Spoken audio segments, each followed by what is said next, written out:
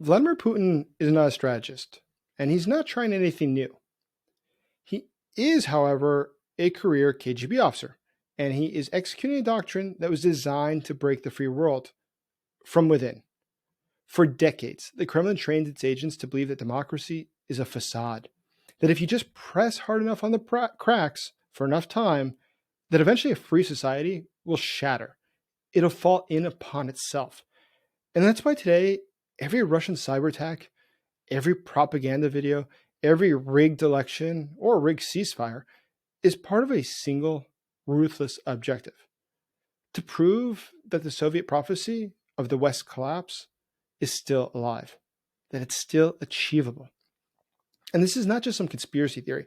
This is the very playbook that the Kremlin wrote during the Cold War, tried many times, experimented with, and improved. And though it is the playbook that today Vladimir Putin is using to wage war not only against Ukraine, but against the entire West.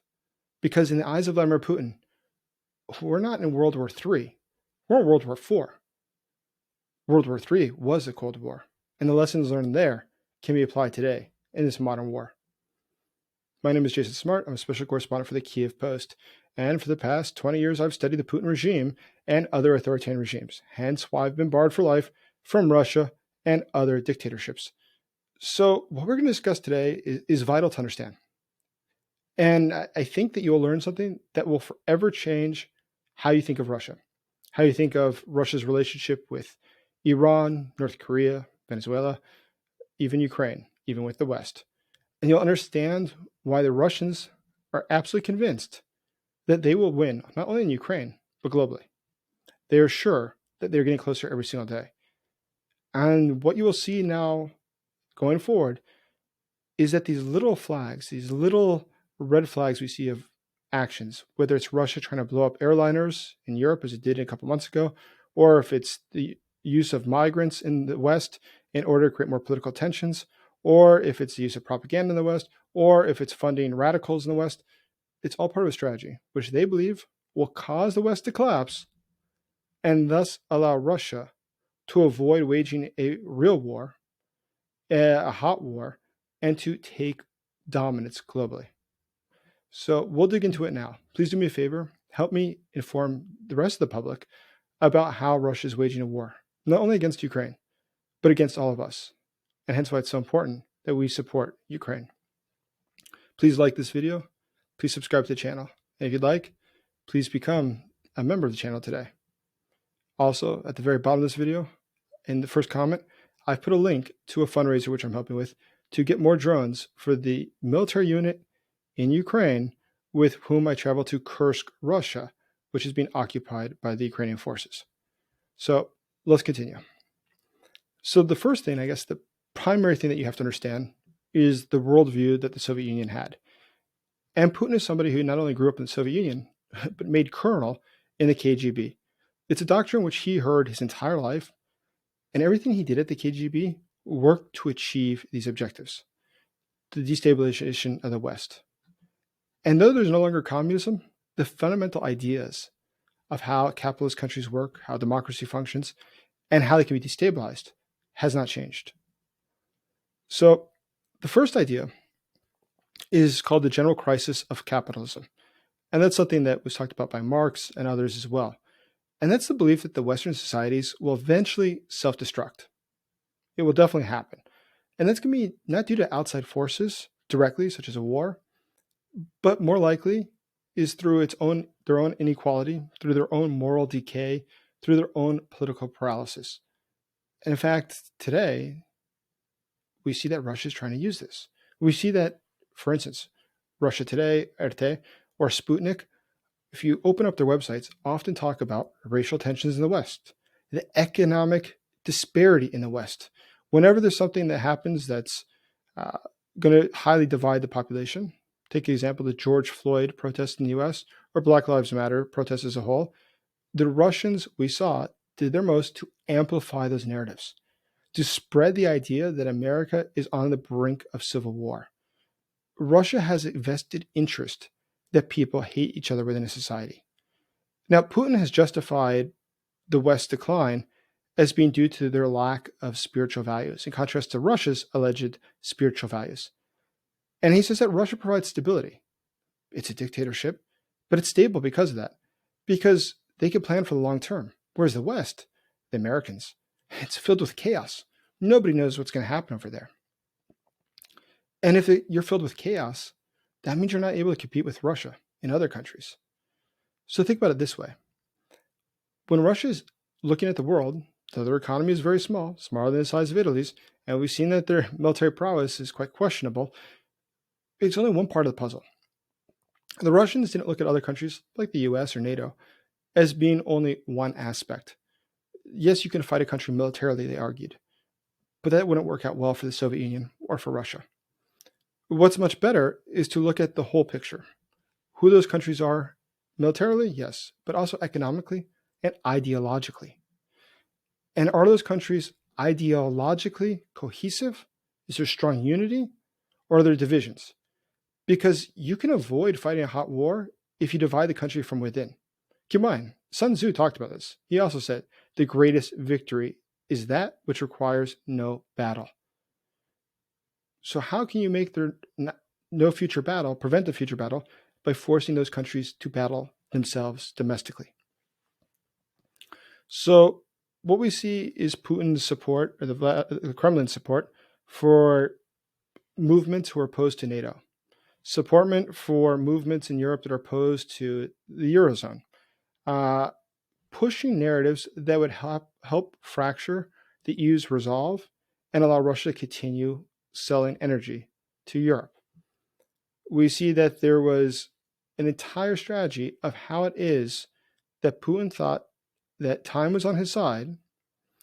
The unity of the West will eventually fracture. The Western countries, the democracies, they grow tired quickly. They don't want to sacrifice. And guess what? He was partially right. We see in the West the level of support for Ukraine today versus where it was 3 years ago. It's changed. And you can be sure that Russia is doing its best to help promote the narratives that hurt Ukraine, such as the narratives saying that the money is wasted or it's stolen. These are things that the Kremlin wants to promote because it knows that that can decline the support within the West. And there's another aspect of this. All of this is not just propaganda, which is a total misunderstanding, I think, in the West, is that Russia's objective is not Russia today or Sputnik. Let's be honest, very few people take it seriously.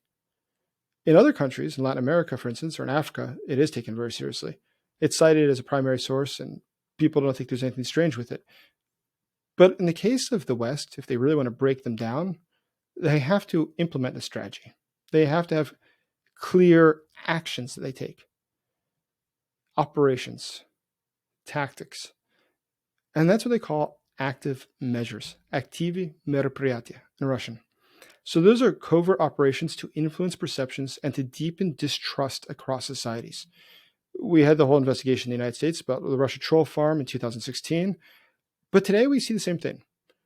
We know that they use troll farms to support causes throughout the world, not just the United States, obviously, also in the UK and Canada, as well as in Australia and New Zealand.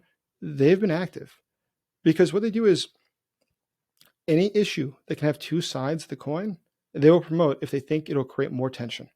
I'll give you an example. Going back to COVID-19, when the vaccine came out, a friend of mine wrote their master's thesis about the subject, tracking down who were those promoters in favor and against the vaccine. And what she identified was that the loudest voices, or the troll farms from Russia, who were weighing in on this, took both sides in favor and against the vaccine. However, they would invest more in favor of the vaccine in countries that had very little of the vaccine. There is not sufficient vaccine for everybody. And in those countries, they would say, COVID is very dangerous. People are dying. More people will die. And your government, due to its corruption, due to its disinterest in your security and your well-being, is not going to give you the vaccine. Your government is against you. They did that because they want people to go against their government. But in countries that had the opposite, they had a surplus of the vaccines. There was no problem getting it. They would say, the vaccine is a poison. It causes autism. It kills people. The government's giving you this because the pharmaceutical companies, they make a lot of money. This is really about their interest, not your interest. The government's giving you this because they want to weaken you. They want to give you a microchip. Choose your conspiracy theory. This was something that the Russians did because they realized with this fire hood of falsehoods, just these lies that they pump out in such large quantities, some of it's going to stick for some of the population. But ultimately, the population, whichever side they're on, is going to hear a message which will make them oppose the government, to oppose their own country's well-being. And making people operate against their own interests is something that the Russians specialize in. And that brings us to what is reflexive control. Reflexive upravlение in Russian. And what is interesting about that is that it's how do you manipulate your adversary in order to change his perceptions so that he makes decisions that help me, but not himself. How is it I can be sure that my adversary is going to be lost and confused? I will be operating with full knowledge. And in the end, when he tries to figure out what to do, he's going to make the wrong decision. So we see that all the time. I'll give you an example. In 2014, when Putin rolled into Crimea, he denied that those were Russian soldiers, the little green men. He said that that was not the case. In fact, the Russians started to leak false information. They put out tons of things to show that it was from different sides or from different countries or different people involved.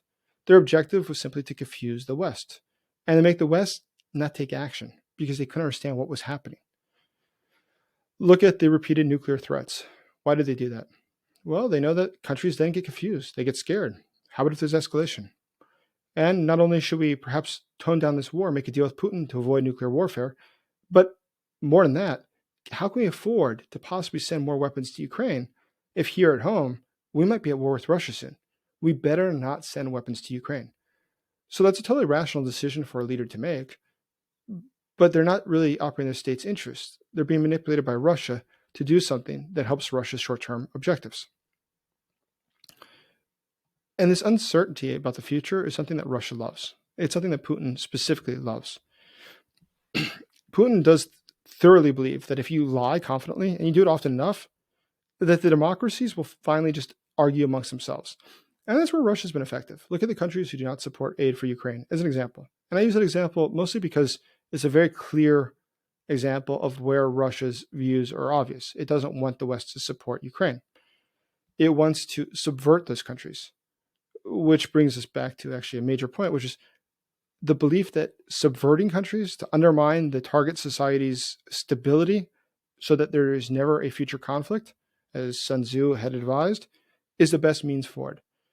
So that's why we see it supporting within Europe both the anti-NATO, the anti-EU integration political parties, political leaders, voices, because they know that that ultimately helps Russia. When they attack, and it's actually interesting because it's different in the West, when they use cyber attacks, it doesn't always necessarily have a clear objective as far as it goes economically or for gaining intelligence. Sometimes the objective is just to show the weakness of the West, to degrade the confidence in Western leaders, to degrade the confidence that they're able to protect their own populations. It serves a symbolic purpose, not an actual physical purpose to actually achieve a material goal. And Russia is doing this every day. In fact, I've probably mentioned before that currently I advise the Center for Strategic Communications and Information Security, which is a government office in charge of fighting Russian propaganda globally. And what's interesting, as I've said, is that it's not really about propaganda. That's okay, Russia Today and Sputnik, but that's not the purpose. That's an element, that is a tactic in this strategy. And in information security, that strategy is how is it I can get my enemies to work against their own interest and to push them closer to collapse, because it's going to happen. We just have to help them get there. Che Guevara famously always said that we have to lean on the fissures in the population. Where are there already tensions, or there could be tensions, if we just put more attention to them?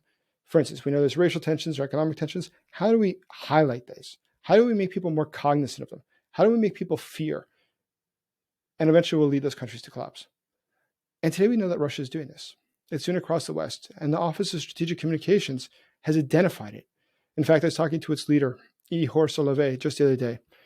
And Ihor was telling me something fascinating, which is that the propaganda that Russia is using today inside of Ukraine to get people to support Russia, let's say, or support what is Russia's interest. It doesn't say support Russia. It doesn't say Vladimir Putin is great. There's no appetite for that in Ukraine. But what it can do is get people to see what would be the interest of Russia. An example that he gave was that they will put out an advertisement, for instance, and they'll run across social media. And people will see it and share it because they agree with the sentiment. But they don't realize, why is this being put on social media? An example specifically that he gave was that in perfect Ukrainian, it'll come out, let's imagine, with a meme or a post on social media, and it says, the people in eastern Ukraine, the Russian speakers in Crimea, we don't need them. I don't care about them. They're not really Ukrainians. To hell with them. I'm not going to send my son to die for those Russian speakers. I don't care about them. I care about my son first and foremost. Now, when you read that, yeah, there's definitely people who probably don't like Russian speakers and prefer Ukrainian speakers. And there's definitely people who prefer their son over the thought of getting back Crimea. Those are both things that exist in society. So since there are already existent fissures, you just play with them, you use them. Because some people will see those arguments and think, yeah, I agree with this. That's the way I feel too. And then they'll spread it and they'll tell others. And they'll think that this viewpoint is widespread because they've seen it a couple times in social media. They'll think that they're not outliers, but they're part of something larger, which is exactly where Russia wants them. Because at that stage, they're going to promote this idea more and more, and they do it boldly because now they've seen it several times. So in the West, we know Russia uses that exact same strategy. It's been encountered many times, and we will discuss that further in the future. But at present, when we look at what Russia is doing, as I mentioned, it is part of the World War IV, which is World War III being the Cold War, which the Soviet Union collapsed. So Russia believes it lost. Putin believes it lost. But this World War IV is one where Russia cannot possibly win militarily. And it knows that. They're not crazy. They understand that. But it does believe that it can force the West to collapse, which will make an actual hot battle unnecessary. And people will argue, well, how about Ukraine? I'm beyond convinced that Vladimir Putin did not intend to have a war that's now 1,218 days long. He really did believe that was a 3-day military special operation where he'd swing in and install a dictator and it'd all be over. He never anticipated this because this is the opposite of what he would want. He likes easy wins. And the easiest win of all is when you can force your enemy to collapse. When your enemy is taken off the battlefield because he never arrived to the battlefield. Vladimir Putin is actively trying to cause the downfall of Western democracies. We saw the election manipulations in Moldova, Romania, Georgia, but it's happening across Europe. It is happening today in Australia. It is happening today in New Zealand and in Canada and the United States. It is happening in every country of Europe. So it's something we have to be much more attentive of. Vladimir Putin is not simply at war with Ukraine. That's a front in a global war. Ultimately, Vladimir Putin believes that he, with his allies, like Iran and North Korea and China, are at war with the West. And he remains convinced that Russia will win with much cheaper cost than a hot war by simply forcing the West to fight amongst itself and become destabilized. Thank you for watching. Please like this video, please subscribe to the channel, and I appreciate your time today. As always, thank you for supporting Ukraine.